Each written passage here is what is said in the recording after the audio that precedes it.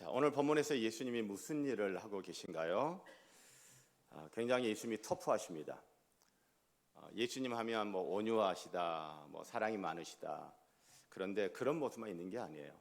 예수님을 온유하시고 스위트하시고 소프트하시고 뭐 부드러우시고 뭐 사랑이 많으시고 그런 예수님이라 생각하고 있다면 그것은 우리의 편견일 뿐입니다. 오늘은요, 물리적 폭력까지 사용하시는 굉장히 거칠고 터프하신 예수님의 모습을 볼 수 있죠. 성전에서 제사용 동물, 소, 양, 비둘기 뭐 이런 것들 내쫓고 환전상들을 내쫓았어요. 14절 15절 보면 성전 안에서 소와 양과 비둘기 파는 사람들과 돈 바꾸는 사람들이 앉아 있는 것을 보시고 노끈으로 채찍을 만드사 양이나 소를 다 성전에 내쫓으시고 돈 바꾸는 사람들의 돈을 쏟으시며 상을 엎으시고.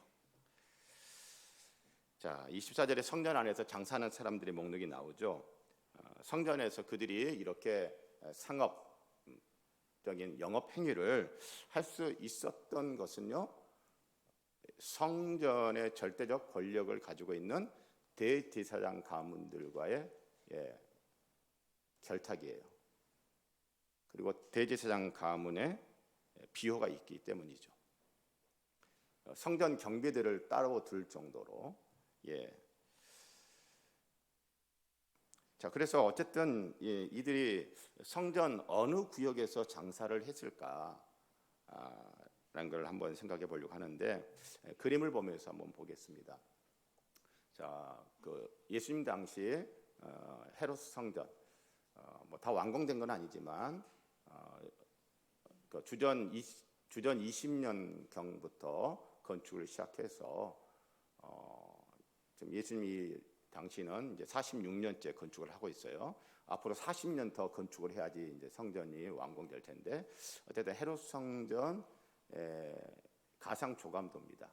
자, 저기 보시면 동서남북 방향 표시를 해 놨고요. 서쪽에 보니 파란 구역이 있죠. 서쪽에 파란 구역 보이세요? 파란 구역에 글자가 두 글자 있습니다. 뭐라고 적혀져 있나요? 통곡. 바로 저기가 통곡의 벽이라는 곳입니다. 자, 예루살렘을 방문하게 되어지면 통곡의 벽은 꼭 가는 것 같아요. 자, 예루살렘 성전의 서쪽 기초석이 놓여 있는 데가 지금 남아 있어가지고 지금 통곡의 벽이라고 불리어지는 곳입니다. 자, 그러면 장사는 어디에 했을까? 통곡의 벽 우리 가운데 올라가 보면은 가운데 메인 성전 건물이 있죠. 성수와 지성소로 구성되어지는 성전 건물이 있고 그 옆에 후보지 1, 거기가 이방인의 뜰입니다. 그리고 후보지 2가 있어요. 자, 여러분, 성전 안에서 장사를 했던 이 구역이 후보지 1번 같아요? 후보지 2번 같아요? 여러분들은 1번과 2번 사지선다한 거 아니고 1, 2 둘 중에 하나니까 맞출 확률 50%입니다. 자, 1번, 2번 어디라고 생각하십니까? 1번. 2번이라고 생각하시는 분 계세요? 안 계신 것 같네요. 지금까지 대부분 후보지 1번 이방인의 뜰에서 장사를 했다라고 그렇게 많이들 이야기를 합니다. 뭐 주석서를 보아도 그렇고 설교하시는 분들 대부분이 이방인의 뜰에서 장사를 했다라고 이야기들을 하는데 저는 그것에 대해서 좀 의문점이 드는 거예요. 왜냐하면 성전은 부정한 곳입니까? 거룩한 곳입니까? 거룩한 곳이에요. 성전은 정결해야 돼요? 부정해야 돼요? 아주 정결해야 돼요. 자, 그러면 소나 제사용 동물, 소, 양, 비둘기 이런 것들 팔려고 이렇게 갖다 놓고 있으면 이 소나 양들이 비둘기가 똥오줌을 잘 가려요? 잘 못 가려요? 잘 못 가려요. 그러면 이 동물들의 분변이 막 나올 거 아니에요.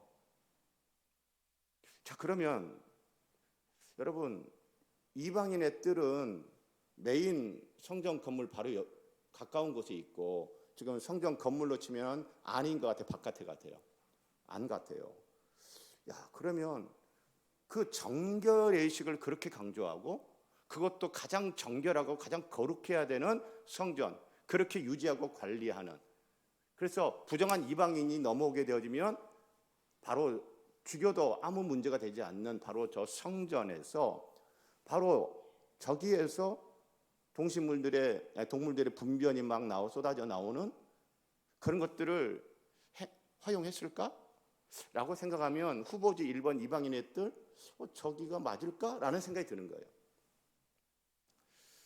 그래서 제가 오늘 성경 본문을 살펴보니 성전이라고 하는 단어가 5군데 나옵니다. 14절 15절에 예수님이 이제 막 이렇게 그 상산 사람들 막 내쫓고 환정산들의 상을 막 뒤엎어버리고 그런 걸 하신 그때 성전이라는 용어가 14절 15절에 나와요. 그리고 뒤에 19절 20절 21절에 이제 예수님이 또 이 성전을 헐라 내가 3일 만에 이제 세운다. 그것은 자신의 육체된 성전을 말한다. 이때 이 성전 2군데 이렇게 성전이 나와요. 그런데 우리 한글로 번역을 할 때는 14절 15절에도 성전, 19절에 21절도 성전 단어가 똑같아요. 그러나 헬라어 성경을 들여다보니까 14절 15절에 사용된 성전이라는 단어와 19, 20, 21절에 사용된 성전이라는 단어가 다르더라고요. 뭐냐면 14절 15절에 사용된 성전이라는 단어는 넓은 의미의 성전을 가리킬 때 사용하는 단어, 19절에서 21절에 성전 그 헬라어 단어는 좁은 의미의 성전을 가리킬 때에 사용하는 단어, 이게 다르더라고요. 그래서 그러면 지금 넓은 의미의 성전을 가리킬 때 사용하는 단어를 사용을 했다면 성전 안으로 들어가 이방인의 뜰일 수도 있지만 아닐 수도 있겠네 라는 생각을 하는 거죠. 성전의 이 지경을 그 구역을 좀 넓게 생각해 볼 필요가 있겠다라는 생각을 하게 된 거죠. 그런데 여기에 유대인 학자 슈무엘 사프레이라는 학자가 이런 이야기를 합니다. 성전으로 올라가는 경사면 출입구로 들어서기 직전에 그들이 있었다라고 추정을 하는 거죠.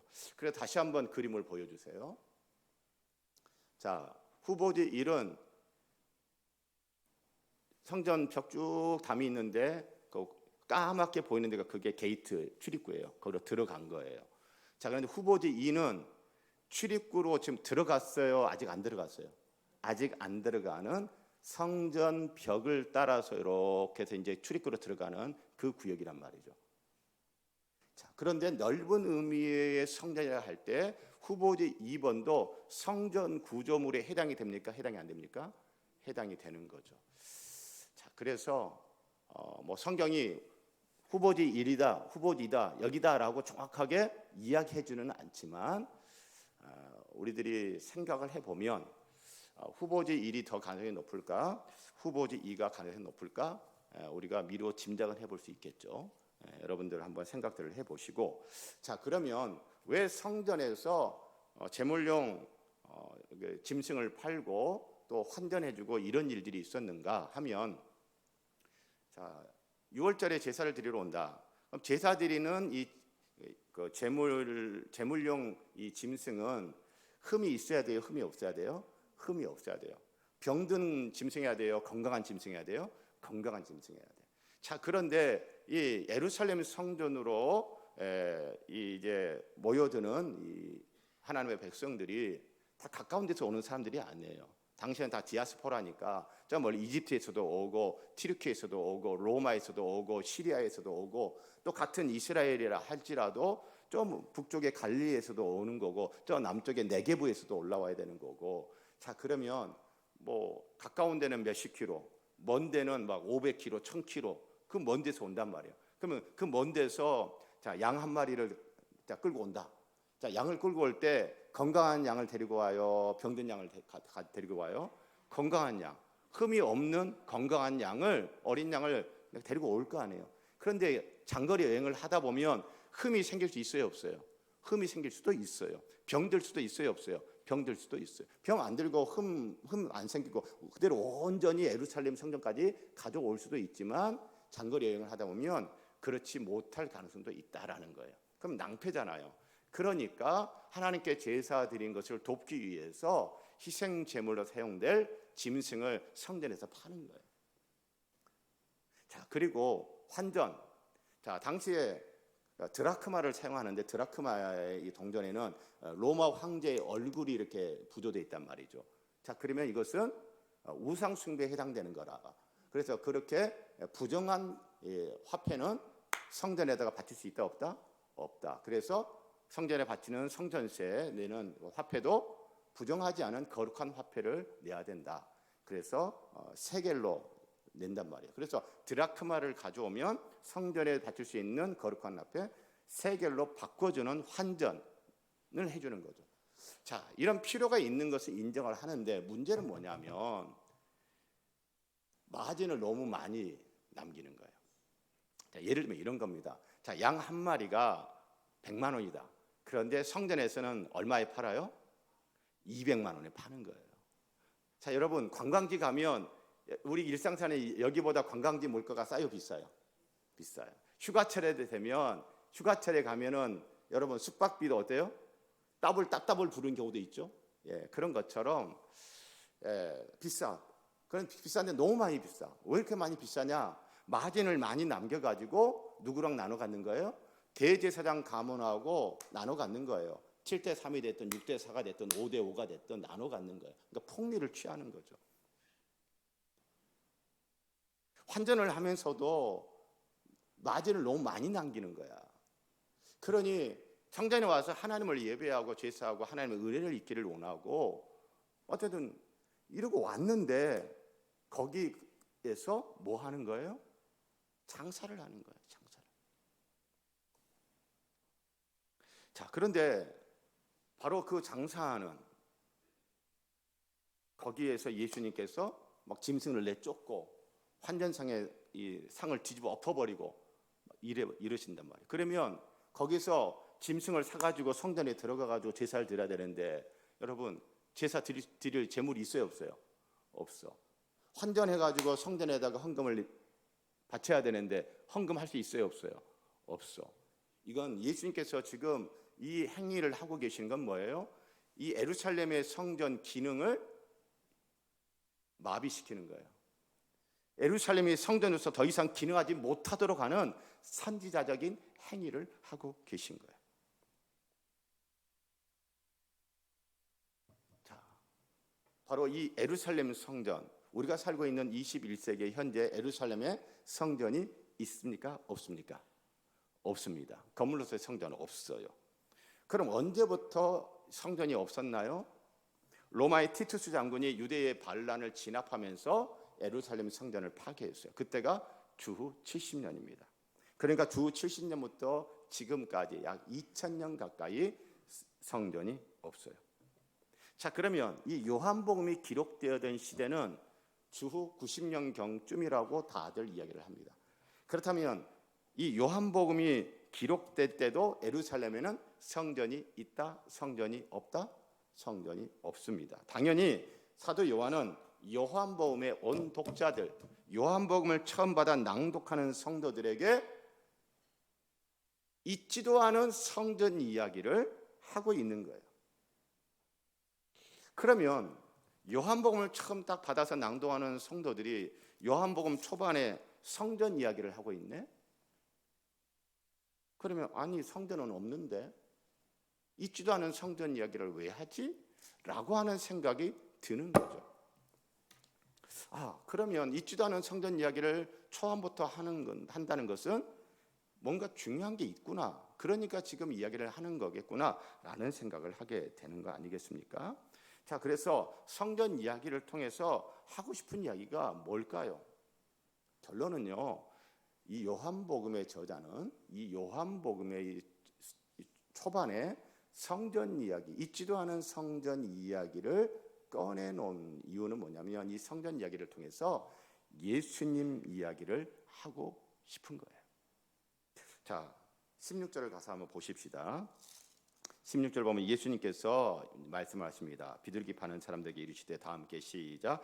이것을 여기서 가져가라. 내 아버지의 집으로 장사하는 집을 만들지 말라. 자, 예수님이 성전을 향해서 누구 집이라고 이야기합니까?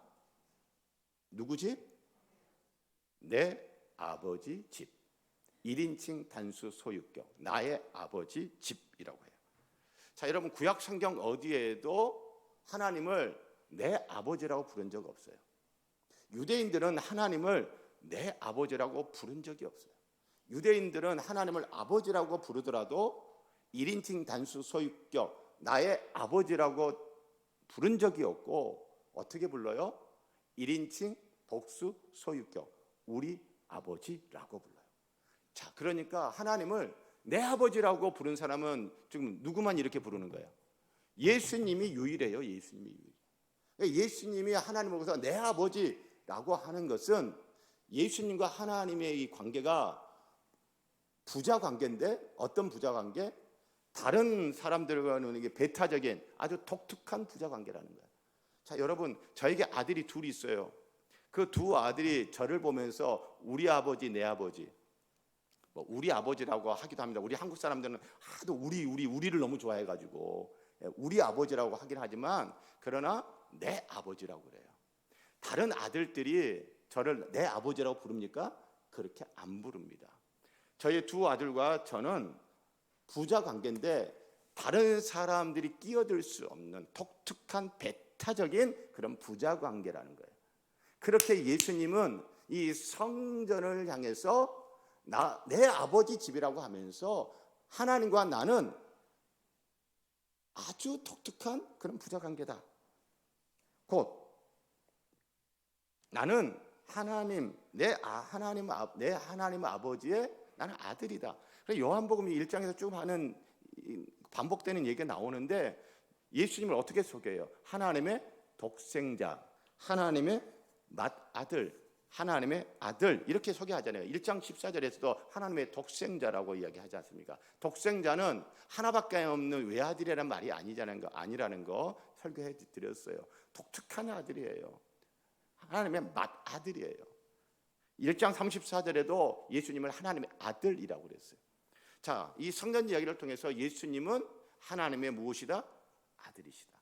예수님은 하나님의 맏아들이시다. 예수님은 하나님의 독생자다. 자, 이 하나님의 독생자인 예수님이 성전에 와서 보니 성전에서 그렇게 폭리를 취하는 그런 이 상업 행위를 하고 있는 걸 보고 그걸 보면서 성전은 이래도 괜찮다, 이러면 안 된다, 이러면 안 된다라고 하는 마음이 든 거예요. 그리고 이걸 그냥 두면 되겠다, 안 되겠다? 그냥 둘 수 없다라는 마음이 든 거예요. 왜? 내 아버지 집은 거룩해야 되는데 내 아버지 집이 왜 이런 거야? 내 아버지 집은 이러면 안 돼. 독생자 의식이 강하기 때문에 하나님의 맏아들 의식으로 꽉 차 있기 때문에 그 하나님의 집, 내 아버지 집을 그 모양 그 꼴인 것을 그냥 보고 지나갈 수 없고 가만둘 수가 없는 거예요. 전에 이런 일들이 있었어요. 제가 운전을 하고 가족들이 이제 차에 타고 갑니다. 두 아들이 뒤에 있어요. 운전을 하다 보면 그 운전이 굉장히 이렇게 그 운전 예의 없이 운전하고 위험하게 아주 이렇게 과격하게 운전하는 그런 운전자들을 운전하다 보면 길에서 만나지 않습니까? 그럼 제가 깜짝 놀래고 무슨 운전을 저따위로 하나 막 이제 이렇게 제가 한두 번 내뱉어요. 와. 그런데 뒤에 있던 아들이 갑자기 창문을 내리는 거예요. 그래서 자기가 한마디 해주겠대. 그렇죠? 야야야, 그러지 마. 창문 올려. 아니 이 아들이 왜 그런 거예요? 왜 내 아버지 운전하는데 껴들고 내 아버지 운전하는데 왜 이렇게 어렵게 위험하게 그렇게 하냐 이거예요. 내 아버지 아들 의식이 강하니까. 이 예수님 하나님의 독생자로서 하나님의 맏아들로서 내 아버지 집이 그렇게 엉망진창으로 부정하고 더러워지고 성전답지 않은 것을 그냥 지나칠 수가 없으니까 예수님께서 격분하신 거예요. 그리고 이거는 선지자적인 행위를 하신 거죠. 자, 그러면서 예수님은 이 요한복음 초반부터 이 낡고 악한 이 성전 체제를 어떻게 해버려요? 무너뜨려 버리시는 거예요. 짐승 살아서 들어가야지 제사할 텐데, 돈을 바꿔서 들어가야지 헌금할 텐데, 그래야지 이 성전 체제가 유지될 텐데, 이 성전의 기능을 할 수 있을 텐데 그거 못하게 해버리는 거예요. 그러니까 예수님은 지금 요한복음 초반부터 낡고 악한 성전 체제를 무너뜨려 버리시고 세상 죄를 지고 가는 어린 양의 발걸음을 지금 내딛고 있는 거예요. 요한복음 1장 29절에 예수님을 세상 죄를 지고 난 하나님의 어린 양이라고 했잖아요. 자, 이 이야기 속에서 우리가 주목해야 될 표현이 하나 있습니다. 17절을 보면 제자들이 성경 말씀에 주의 전을 사모하는 열심히 나를 삼키리라 한 것을 기억하더라. 자, 여러분 여기서 성경 말씀은 구약 성경, 신약 성경. 구약 성경에 주의 전을 사모하는 열심히 나를 삼키리라라는 말씀이 생각났다는 거예요. 그러면 이 말씀, 주의 전을 사모하는 열심히 나를 삼키리라, 이 말씀이 어디에 있는 말씀이에요? 성경에 보면 기억이라고 표시되어 있죠. 내려가 보니 시편 69편 9절, 주의 집을 위하는 열성이 나를 삼키고 주를 비방하는 비방이 내게 미쳤나이다. 여러분, 주의 집을 위하는 열성이, 내 아버지 집은 이렇게 두면 안 돼, 내 아버지 집은 이렇게 더러워지면 안 돼, 내 아버지의 집은 이렇게 세속화되면 안 돼, 내 아버지 집은 이런 장사꾼들의 소굴이 되면 안 돼, 내 아버지 집은 거룩해야 되고 내 아버지 집은 성전 다 와야 되고, 그 열심이, 그 열성이 어떻게 해요? 나를 삼키리라. 예수님이 삼킴을 당한다는 말이에요. 시편 69편 9절 제가 다시 읽어드릴게요. 주의 집을 위하는 열성이 나를 삼키고 주를 비방하는 비방이 내게 미쳤나이다. 하나님의 집을 향한 그 열성 때문에, 열심 때문에 예수님이 뭘 당하는 거예요? 비방을 당하고 조롱을 당하고 욕을 얻어먹고 고난을 당한다는 거예요. 그것이 끝으로는 십자가의 죽음으로 이르게 되는 거죠. 자, 그런데 17절 주어와 동사만 딱 보면 17절의 주어는 제자들이, 동사는 맨 끝에 뭐예요? 기억하더라. 제자들이 뭐 하더라? 기억하더라. 야, 저는 이걸 보면서 지금 여러분 이때까지 제자 하면 누구예요? 요한복음 1장에서 등장했던 제자, 베드로, 안드레, 또 빌립, 뭐 이런 사람들이잖아요. 니고데모는 아직 안 나왔죠. 나단나엘, 뭐 이런 사람들이잖아요. 자, 그러면 베드로라고 생각해 보세요. 주로 농사 짓는 사람들이 아니라 물고기 같은 어부들이잖아요. 이 어부들이 유식한 것 같아요, 무식한 것 같아요? 아주 유식합니다. 세상에 가방끈은 짧을 줄 몰라도요, 성경은 너무 잘 알아. 예수님이 성전에서 이 선지자적인 행위를 하는 것을 보고 이 베드로가 하나님 말씀 생각났대. 어떤 말씀이? 시편 69편 9절 말씀이 생각이 났대. 이것은 오늘날처럼 우리처럼 성경이 한 권으로 돼 있던 시대가 아니에요. 그러면 이 베드로는 구약 성경을 조금 읽었다, 많이 읽었다? 많이 읽은 사람이에요. 그게 생각이 난 거예요. 아, 시편 69편 9절 딱 떠올라.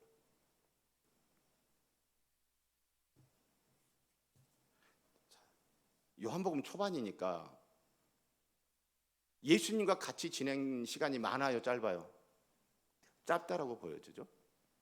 그러면 제자 훈련을 받은 지 3년 된 것 같아요. 이제 초반 같아요. 초반. 그러면 지금 베드로를 비롯한 이 제자들의 이 성경 실력, 성경 지식은, 성경에 대한 이 유식함은 예수님 만나기 전에 어부 시절에 다 이미 준비된 거예요. 자, 그러니까 성경, 신학 공부한 목사들은 성경은 잘 알아야 되고, 직장생활하고 사업하고 어디에서 일하고 하는 이런 성도들은 성경 잘 몰라도 괜찮다라는 말이 지금 여기서 먹혀요, 안 먹혀요? 안 먹히는 거예요. 성경에서 말하는 성도의 모습, 물고기였던 어부들이지만 그들은 성경 너무너무 잘 알았어요.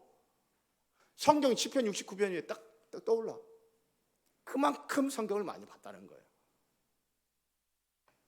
사랑하는 성도 여러분, 저도 그렇고 우리 성도님들 그렇고 금년 한 해 우리도 성경 실력을 좀 더 많이 키웠으면 좋겠습니다. 나는 목사가 아니니까 그러지 마시고, 여러분 이제 오늘부터 또 모세오경 일독이 시작되어져요. 주보에 금주의 모세오경 낭독 창세기 1장 1절로 6장 8절 오늘부터 시작입니다. 우리 금순교회 성도들은 신구약 성경 전체 일독하면 좋지만 그게 힘들면 신약 일독이라도 아니면 구약 일독이라도 그것도 아니면 최소한 뭐라도 일독해야 된다? 모세오경만큼이라도 일독해야 된다. 목사님 저 모세오경 많이 읽었는데요. 또 읽으세요. 또 읽으세요. 한두 번 읽어가지고 베드로의 머리에서 시편 69편 9절이 딱 떠오른 게 아니에요. 굉장히 많이 읽었다는 거죠. 굉장히 익숙하기 때문에 그 순간 떠오른 거예요. 저는 그래서 우리 성도님들이 성경에 대해서는 유식하기를 바랍니다. 자, 그런데 여기서 기억하다라고 하는 단어가 있죠. 17절 제자들이 뭐 하더라?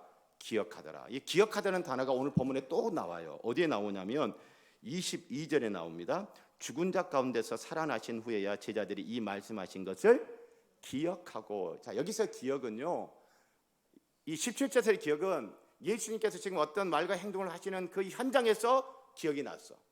그런데 22절의 기억은 예수님께서 지금 말씀하시는 그 순간 기억난 게 아니라 나중에, 시간이 지난 나중에 생각이 난 거예요. 나중에 기억이 난 거예요. 자, 그런데 22절 잘 보세요. 기억하고 성경과 예수께서 하신 말씀을 뭐 했더라? 믿었더라. 기억은 무엇으로 연결이 됩니까? 믿음으로 연결이 되는 거예요. 믿음으로. 자, 그러면 여러분, 기억한다라는 거 하는 것은 전에 본 것이 있을 때 기억이에요? 본 것이 없을 때 기억이에요? 본 것이 있을 때 기억나는 거예요. 전에 들은 것이 없을 때 기억나요? 전에 들은 것이 있을 때 기억나요? 전에 뭔가를 들었을 때 그것이 내가 전에 그런 말 들었지 기억나는 거예요. 사랑하는 성도 여러분, 믿음은요 하늘에서 갑자기 뚝 떨어지는 이런 게 아니라니까요. 오늘 말씀을 보면 제자들이 믿음이 지금 생겼어요. 믿게 되어졌어요. 그런데 그 믿게 되어진 게 그 전 단계가 있어요. 믿었더라 전에 뭐? 기억하고 기억하더라. 그럼 기억하다라는 것은 그 전에 뭔가가 있었어. 뭐예요?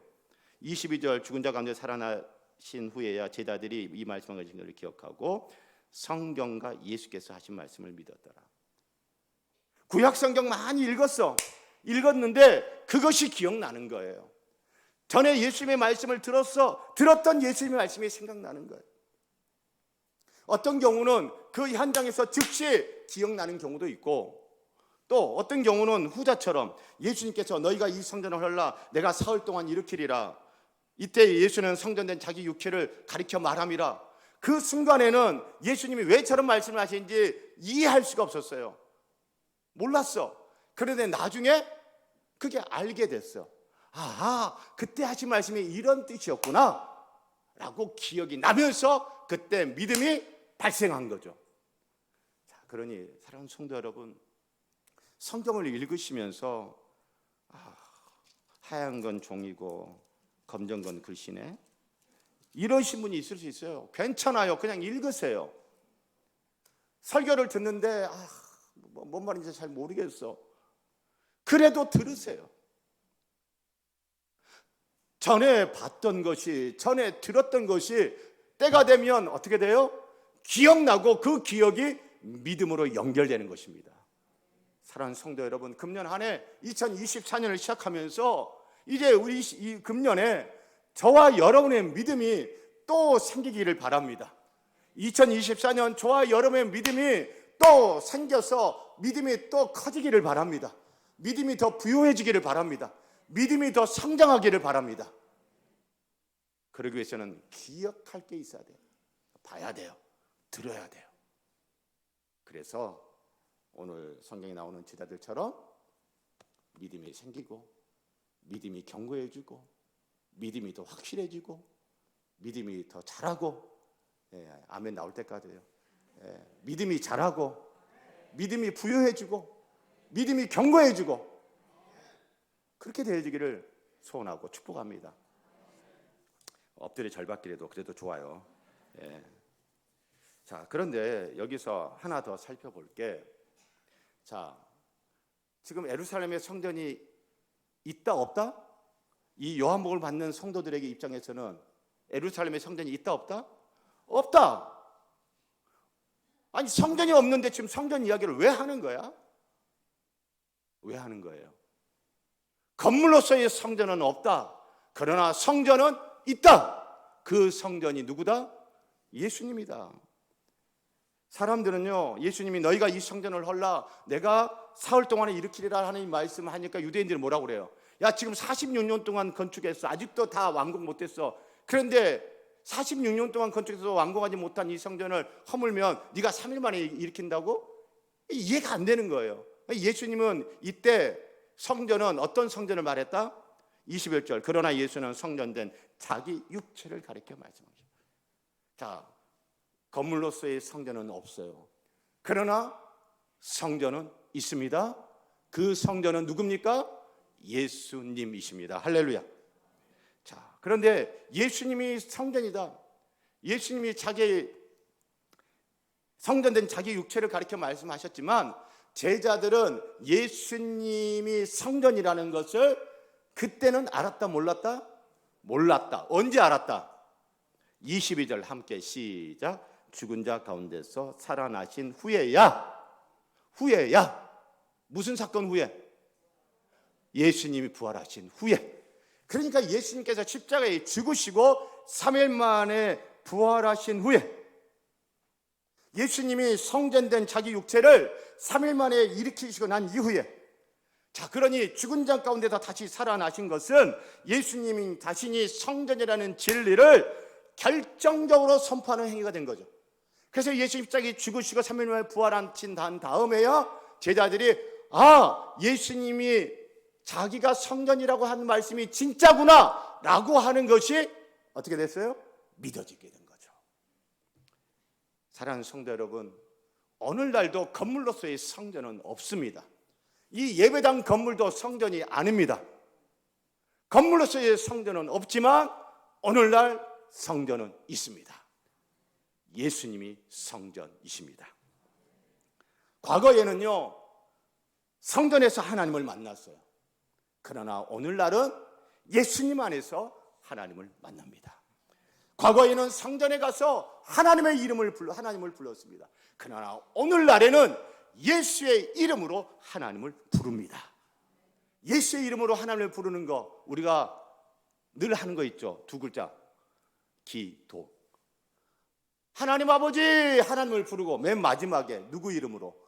예수님의 이름으로 기도합니다. 예수님의 이름으로 하나님을 부르는 거예요. 자, 그래서 여러분,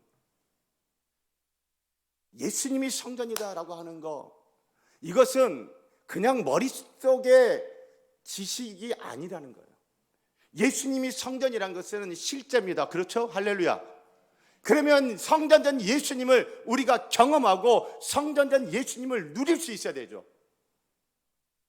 우리가 예수님이 성전이라는 거 어떻게 다시 우리가 확인하게 되어지고 성전된 예수님을 어떻게 경험하고 성전된 예수님의 그 복됨을 어떻게 누리게 되죠? 예수의 이름으로 하나님을 불러보면 알아요. 예수님의 이름으로 하나님을 부르는 거예요. 그게 뭐예요? 예수님의 이름을 불렀을 때 하나님이 응답하시면 예수님이 성전이라는 것이 다시 확인이 되어지는 것입니다. 곧 기도가 바로 예수님의 성전됨을 확신하는 증거가 되는 것입니다. 사랑하는 성도 여러분, 교회를 다녀도요, 기도하는 성도는요, 성전이신 예수님을 또 알게 됩니다. 성전이신 예수님을 또 경험하게 됩니다. 그 성전에서 이루어지는 하나님과의 만남이 있습니다. 그 성전에서 이루어지는 죄사함의 은혜가 있습니다. 그 성전에서 이루어지는 하나님과의 사귐이 있죠. 사랑하는 성도 여러분, 예수님의 이름으로 하나님을 부르시길 바랍니다. 성전 예수를 또 만나시기를 바랍니다. 성전 예수를 또 누리시기를 바랍니다. 그런 2024년 한 해가 되기를 주의 이름으로 소원하고 축복합니다. 자, 예수님이 성전입니다. 그런데 오늘 말씀에 보면 예수는 성전된 자기 육체를 가리켜 말씀하신 것이라. 자, 그러면 성전이 또 하나 있어요. 예수님 말고 또 뭐가 있습니까? 교회를 일컬어 예수님의 뭐라고 하죠? 몸이라고 합니다. 그러니 여러분, 교회가 뭐예요? 성전인 것입니다.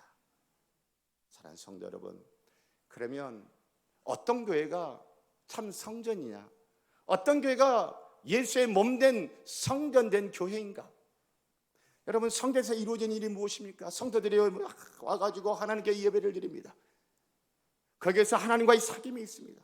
그리고 거기서 다른 성도들과의 사귐이 있습니다. 그리고 그 성전에서 또 이루어지는 일이 무엇입니까? 그 구약시대에는, 예수님 당시에는 토라, 모세 오경을 교육했던 거예요. 예수님이 12살 때 부모님 손잡고 예루살렘 방문했다가 부모님들은 먼저 가다 보니 아들 예수가 없어. 그래서 다시 예수 찾으러 예루살렘에 돌아왔던 그 이야기 기억나시죠? 12살 어린이 예수가 성전에서 뭐 하고 있었어요? 성경에 대해서 같이 이야기하고 있었어요. 그러니까 성전에서 이루어지는 중요한 일이 뭐예요? 토라 교육이에요. 성경 교육이에요. 사랑하는 성도 여러분, 예수님은요, 성전된 교회에서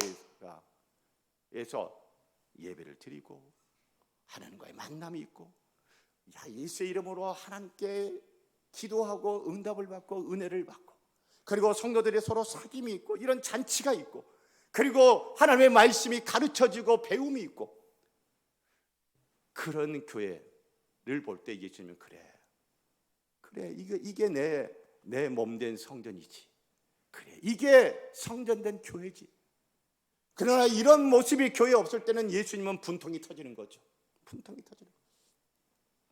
여러분, 성전에서는요, 죄사함이 이루어지잖아요. 죄사함이 이루어져요. 주기도문에 우리가 우리에게 죄 지은 자를 뭐 한 것처럼 사해 준 것처럼, 교회에서 죄사함이 죄 용서해 줌이 있어야 돼요. 그런데 교회에서 성도들이 그 누구도 나는 이거 절대 용서 못해, 나는 이거 절대 용서 못해, 그런 건 성전된 교회가 아닌 거예요. 사람들이 지금 성전이 없는데 어디서 성전을 만나고 어디서 하나님을 만나고 어디서 죄의 용서를 받을 거예요? 교회여야 되잖아요. 교회가 예수의 몸된 성전이 돼야 되잖아요. 우리 금성교회가 올 한 해 이런 예수의 몸된 성전된 교회로 더욱더 자리매김할 수 있게 되기를 간절히 소원합니다. 사랑하는 성도 여러분, 사람들은 말합니다. 성전은 없다. 그러나 성경은 말합니다. 성전은 있습니다. 예수가 성전이십니다. 그리고 교회가 예수의 몸된 성전인데, 우리 교회가 예수의 참된 몸된 성전이면 참 좋겠습니다.